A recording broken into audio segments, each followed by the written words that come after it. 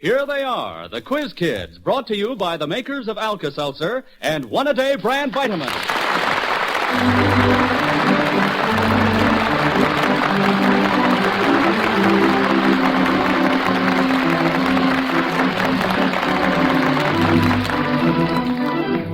Three boys and two girls make up the Quiz Kids class tonight. They, plus one teacher and a box full of questions, make up a lively half hour of learning and fun. You listeners send in the questions, and if we use your question on the air, the makers of Alka-Seltzer send you a certificate for a Zenith portable shortwave radio. And if the Quiz Kids miss your question, instead of the portable, you'll get a beautiful big Zenith cabinet model, a radio-phonograph combination. So keep those questions coming in to Quiz Kids, Chicago. We'll soon know what tonight's questions are about because here comes teacher, our chief quizzer himself, Joe Kelly.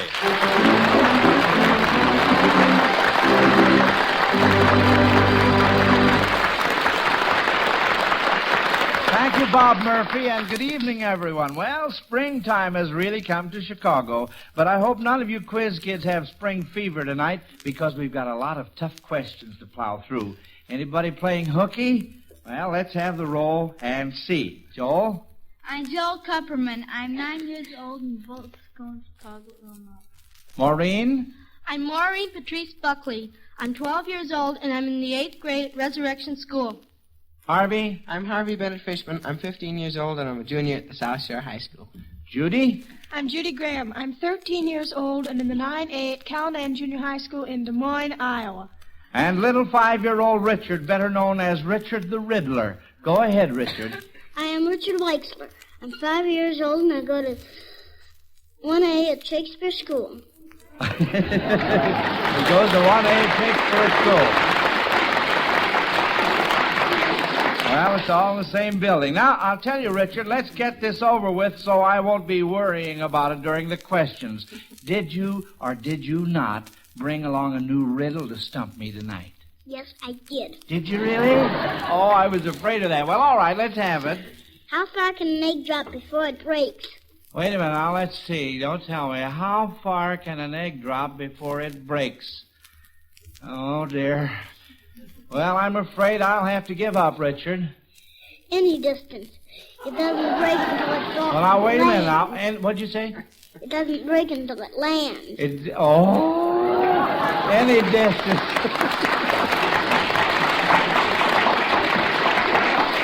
You know, when you started in to tell a riddle about an egg, I knew the yolk was going to be on me before it was all over with. Well, all right.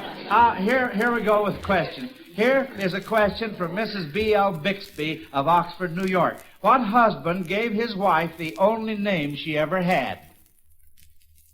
Harvey. Well, just chance Adam giving Eve a name. That's the answer? Because he was the only one around to name her, so... That's right, That's correct. And Adam called his wife's name Eve because she was the mother of all living. All right, so far so good. Now, here's an aviation math question from Helen Thompson of Denver, Colorado. A light airplane takes off on a windy day to fly to a destination 240 miles to the west. The wind is blowing steadily from the east. The plane arrives at its destination in 2 hours, but takes twice as long coming back. How fast would the plane have cruised if there hadn't been any wind at all? Maureen? Well, it'd go just the same. Wind doesn't regulate an airplane. Well, now, that is not the answer to this question. Joel? Well, going there goes 120 miles per hour. Going back, it goes 60 miles per hour. So 120 plus 60 is 180 miles per hour. Over 2 is 90 miles per hour. It goes if there wasn't any wind. That is right, 90 miles per hour.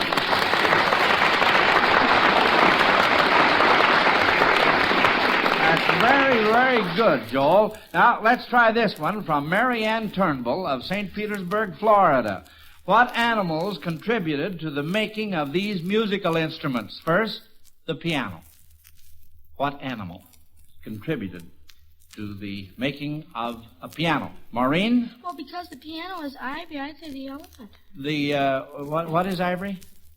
From the elephants, it's the elephant's tusk, so I'd say that... For ivory, well, what do they use the ivory on the piano? To coat the keys. That's right, on the keys, the elephant, that's right. Judy? Well, couldn't they use walrus tusks?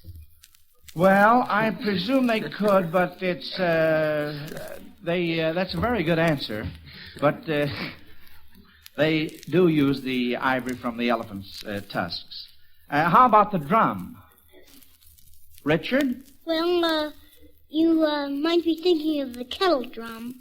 Well, yes, could be, Richard, could be. Well, kettle drum, that's a sheep. Because, they are used in the sheepskin covering of the kettle drum. Well, that's a very good answer, Richard. However, I was thinking about the smaller drum, you know, the snare drum. Oh, yeah. What animal contributes to the making of the snare drum? Well, I can't think of it. You can't think of that, huh? Well, Maureen? Well, drums are made by stretching skins of animals across, so I... What kind of skin, Maureen? I'm afraid I don't. All right, Maureen. Would it be cowhide? Well, it's pretty close. Calfskin. Yeah, well, I think Richard's answer was very acceptable in that particular instance. Now, here we go with the third part of the question. How about the bow of the violin? All right, Richard. A horse, because that is the skin, you know, the horse hair. The horse hair. That's right. That's from the tail and the mane. Yes, from the tail and mane. Yes. Well, I'm glad we cleared that up.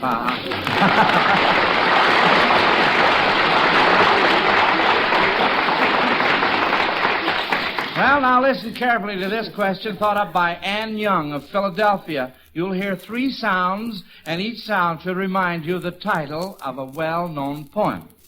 I want you children to quote the opening line from each poem that is suggested. All right, let's listen to the first.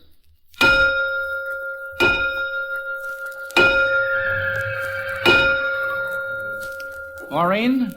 Well, that sounds like making horseshoes with an anvil, and so it's the village blacksmith. I'd say under the spreading chestnut trees, the village blacksmith stands. That is right. Good girl, Maureen. Good girl. Judy? Well, this is just a technical point, but I believe it's the smithy instead of the blacksmith. Well, yes, that's right. The village smithy stands. Uh-huh. All right, now let's listen to the second part.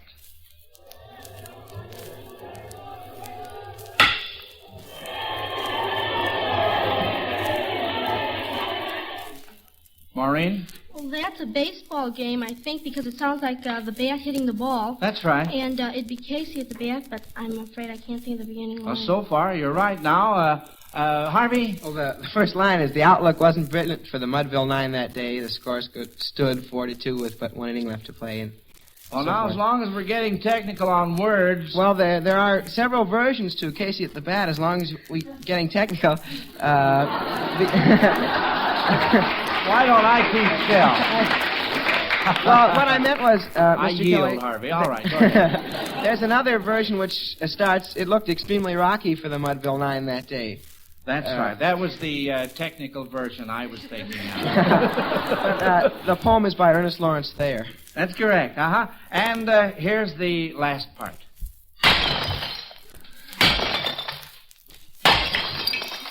Maureen? Well, that's something breaking, so it should be dishes. Well, Harvey? How about when in time of the breaking of nations? I may not be quoting this exactly, but, trying to think of the author. Well, technically, Harvey, I'm afraid I can't help you out on that particular one. There is a poem called In Time of Breaking of Nations. Well, possibly you're right. I'm thinking 3 breaks, incidentally, the sound effects. Harvey? Well, breaks, but something about a wave dashes over a stern and rock-bound coast from the landing of the Pilgrims. No. This is, you give up on this one? It's the poem Break, Break, Break by Tennyson. Break, break, break on thy cold gray stones, O sea. Well, that's a miss. That's right, teacher. The quiz kids missed that question. So Ann Young of Philadelphia, Pennsylvania, who sent it in, gets one of those big Zenith console radio phonograph combinations from the makers of Alka-Seltzer. It features a sensational new way to play records, and it's really a marvelous reward for a question. And now Bob Murphy conducts a quiz on definitions. All right, Joe. First, Mr. Jones, give me your definition of homemaker. Why, it's a woman who stays around home all day and just kind of keeps house. Mrs. Jones, is that your definition of a homemaker? It certainly is not. A homemaker is a combination cook, maid, diplomat, a laundress, a child psychologist, a purchasing agent, bookkeeper of the budget, and a home nurse. Well, that's much more accurate. A homemaker has a terrific number of tough jobs. And that's why I want to tell you how Alka-Seltzer can be a part-time helper in your home. You mothers know how hard it is to be patient and understanding with the children when a hectic day brings on a pesky headache. Remember, Alka-Seltzer can bring you quick, comforting relief. And when the head of the house comes home from work tired and grouchy because something he ate for lunch didn't agree with his stomach, Alka-Seltzer offers prompt relief for his acid indigestion. And when you're doubling as home nurse because someone in the family is home with a cold, remember Alka-Seltzer can help to soothe the headache and the ache-all-over feeling a cold brings with it. Alka-Seltzer makes a comforting gargle, too, if the cold has resulted in a sore, scratchy throat. And the day after Dad has cleaned out the garage and his muscles are sore and aching, just fix him a glass of Alka-Seltzer. Alka-Seltzer can be so helpful so often. Be sure you keep it handy in your home. Thank you, Bob. Well, kids, here we go again with this question from Benjamin Richmond of Brookline, Massachusetts. And although it sounds easy, Mr. Richmond thinks you'll miss it and that he'll receive a Zenith radio phonograph combination. The question is, who is the present head of the OPA? Harvey. Paul Porter, isn't it? Paul C. Porter, that is correct. He replaced Chester Bowles in February. When, Joel? Chester Bowles is the economic stabilizer now. That's right, for the Office of War Mobilization Reconversion, the OWMR. All right, when President Truman flies to Washington after visiting at his home in Missouri, he can't leave without flying over one of the 8 states that touch Missouri. Mrs. Agnes H. Miller, Washington, D.C., wonders whether you children can name 5 of the 8 states that border on Missouri. Maureen? Well, there's Iowa. That's 1. Illinois. 2. Nebraska. Nebraska, 3. I'm not sure. No. Joel? Kansas. 4. Kentucky. 5. Tennessee. 6. Arkansas. 7. And... Only have 1 more to go. Did she name the Iowa? Yes, Let me just see. have 1 more to go. And the West was... let me... Well, let's see. Now, little Richard has his hand up. Richard, what is the other state? No, I didn't. Oh, I'm sorry. You're playing with your Tesla. Yeah, well, all right. Judy? Mississippi, I believe. No. Maureen? Is it South? Well, now, I'm not going to tell you. Yeah. Huh? Joel says yeah. What is it, Joel? Oklahoma. Oklahoma. Both of them say Oklahoma. That's very good. You gave me 8 out of 8. I think that's fine. Now, the idea for this tricky history and music question comes from Sarah Harrison of Portland, Oregon. You kids are to get 2 of the 3 parts. Franz Fau, our pianist, will play songs which should bring to mind battles in the Civil War. You are to tell not only the battles, but the opposing generals in command of each battle. Now, this is tough. Let's listen to the first one. What battle is suggested by this?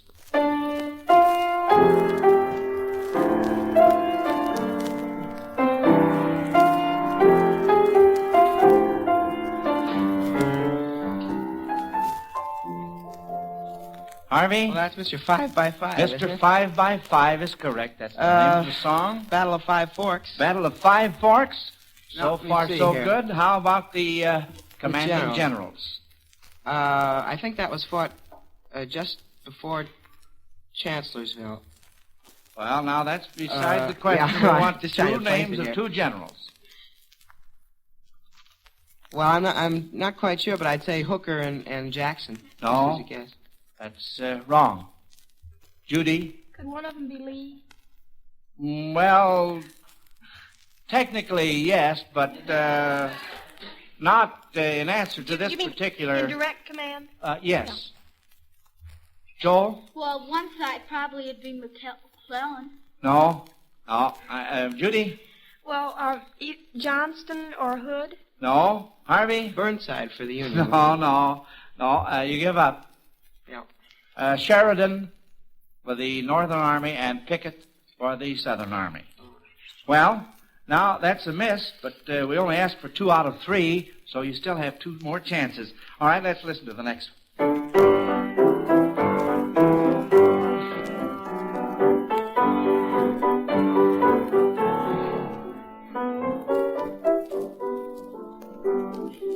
Judy? Well, I don't know the battle, I'm sorry to say, but that's coming in on Wing and a Prayer.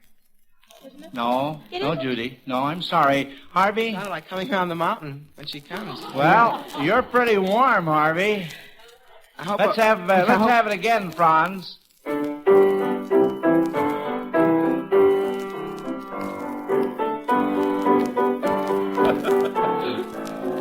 bet a lot of folks are singing that now while Franz is playing it. Joel? Will be loaded with Peruna?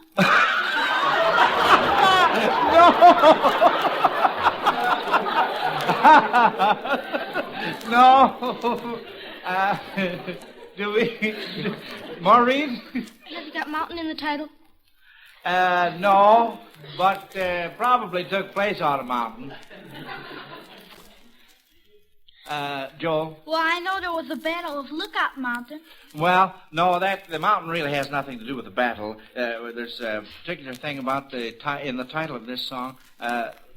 Judy? Could he play it again? Oh, I'm afraid, of course, we all enjoy Franz's playing, but after all, we enjoy listening to you kids, too, so we've got a lot of questions to go here. I'm going to have to tell you the title of this song. Perhaps you can give me the name of the battle. They cut down the old pine trees, the name of the song. So, Harvey? 7 Pines, isn't it? Battle of 7 Pines, and... Well, Lee was the commander at that battle, and McClellan opposed him. Well... Just it was no, right in front of... McClellan is... I'll accept McClellan's name as one... Well, Lee was Johnston, I guess. Johnston, that's right, of the Southern Army. That was fought in front of Richmond in 1862. That's very, very good. Now, look, instead of playing a song for this last part, Mr. Fowl will strike only 2 notes, and you kids are to name a battle suggested by these 2 notes. All right, Franz.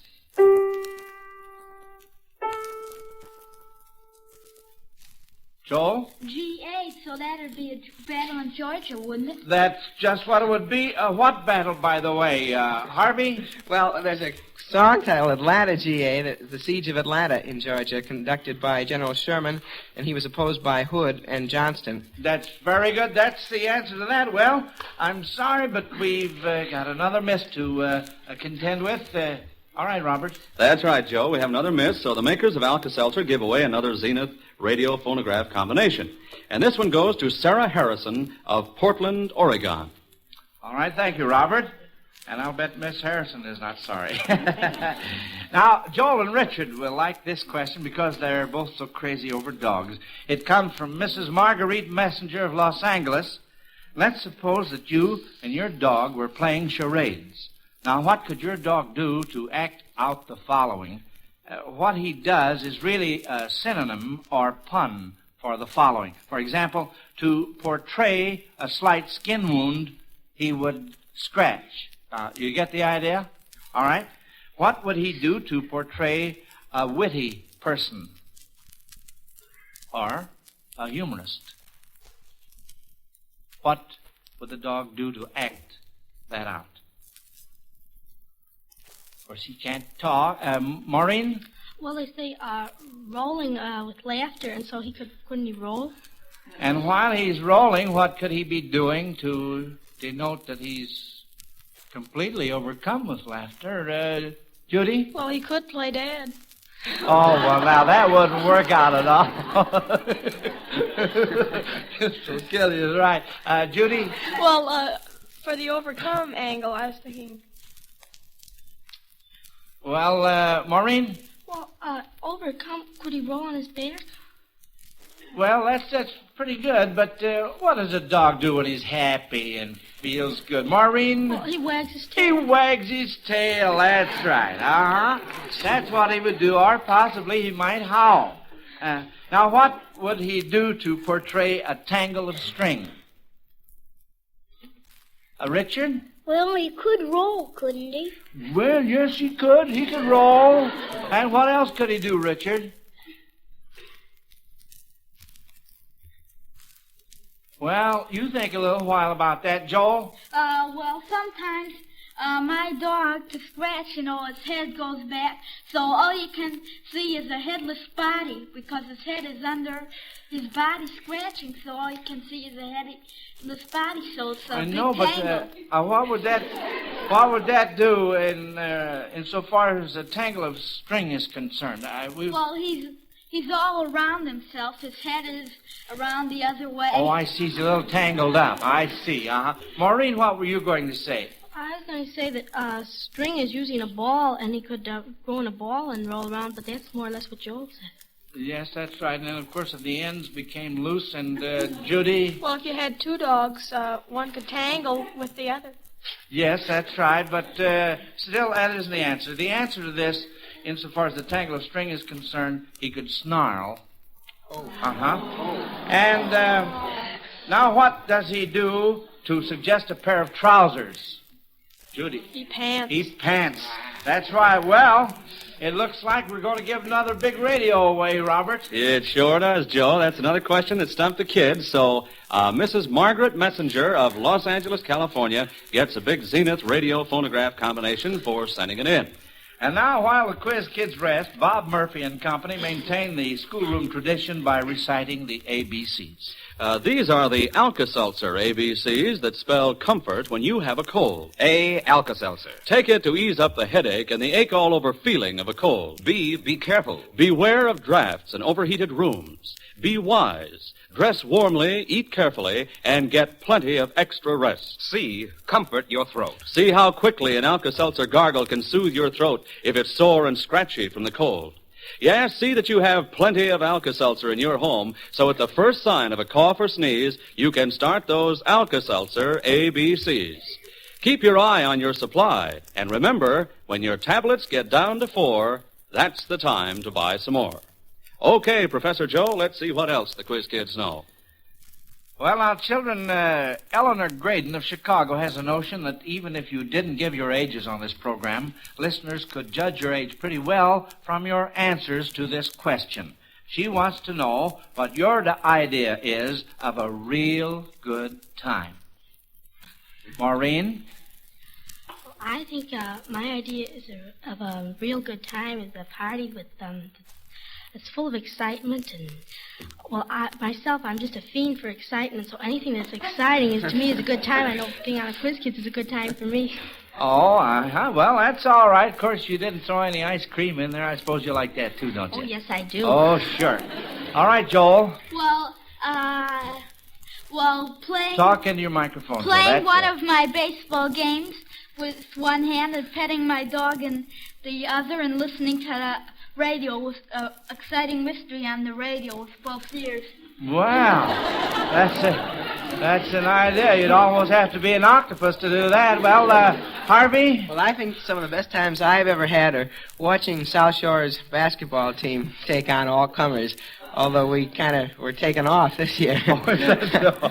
Yeah, but it really is a lot of fun to watch the team out there playing. Well, I'll bet it is, Harvey. Judy? Well, first and foremost, I like to swim, and then I like to dance. Uh-huh. Well, now, those are all very nice. Richard, what is your idea of a real good time? Playing games. Playing games. What sort of games? Do you have any preference? Well, let's see. What games do you like the best? Well, I like checkers pretty good. Checkers, yeah. And what else do you like, Richard? Well, there's a game called checkers. Oh, checkers. Oh, yes, that's good, too. Don't like checkers. And, those are all fine. Have you thought of another one, Joel? I have good fun with my dad playing chess and cribbage with him. You don't do that while you're patting your dog and listening to the radio and... Uh-oh, well, you've heard the bell, so all's well, Quiz Kids. Questions are over, and as usual, you gave us a splendid half hour of education and laughs.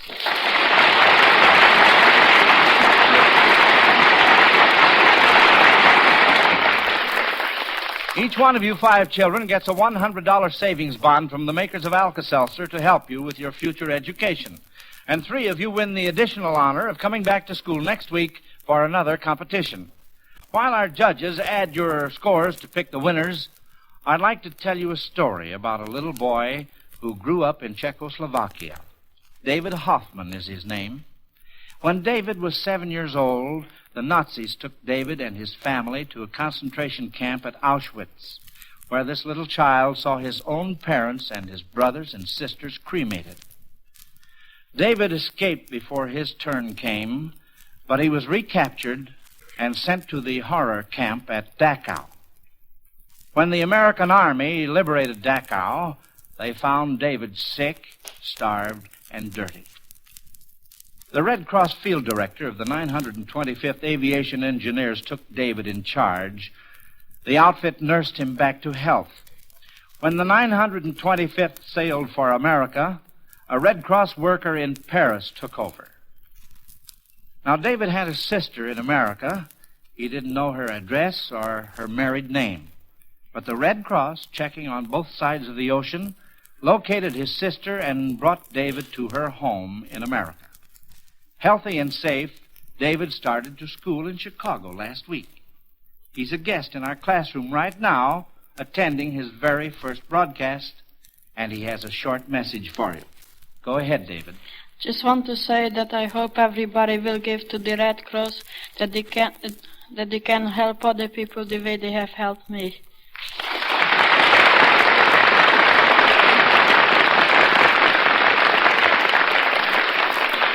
Thank you, David, my boy.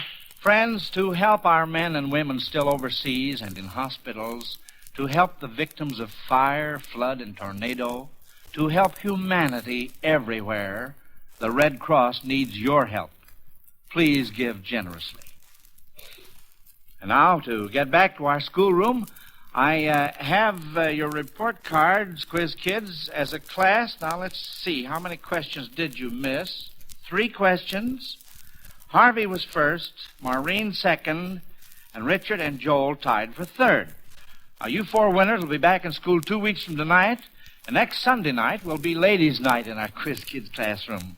We'll have an all-girl program with Judy Graham, 13, Ruthie Duskin, 11, Naomi Bernards, 12, Rochelle Liebling, 6, and Maureen Buckley, 12.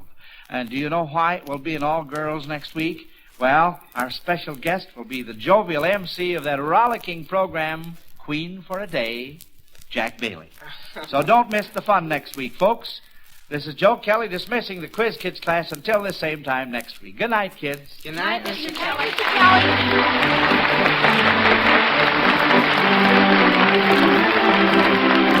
Listen to the Quiz Kids every Sunday and to Lum and Abner every Monday through Thursday.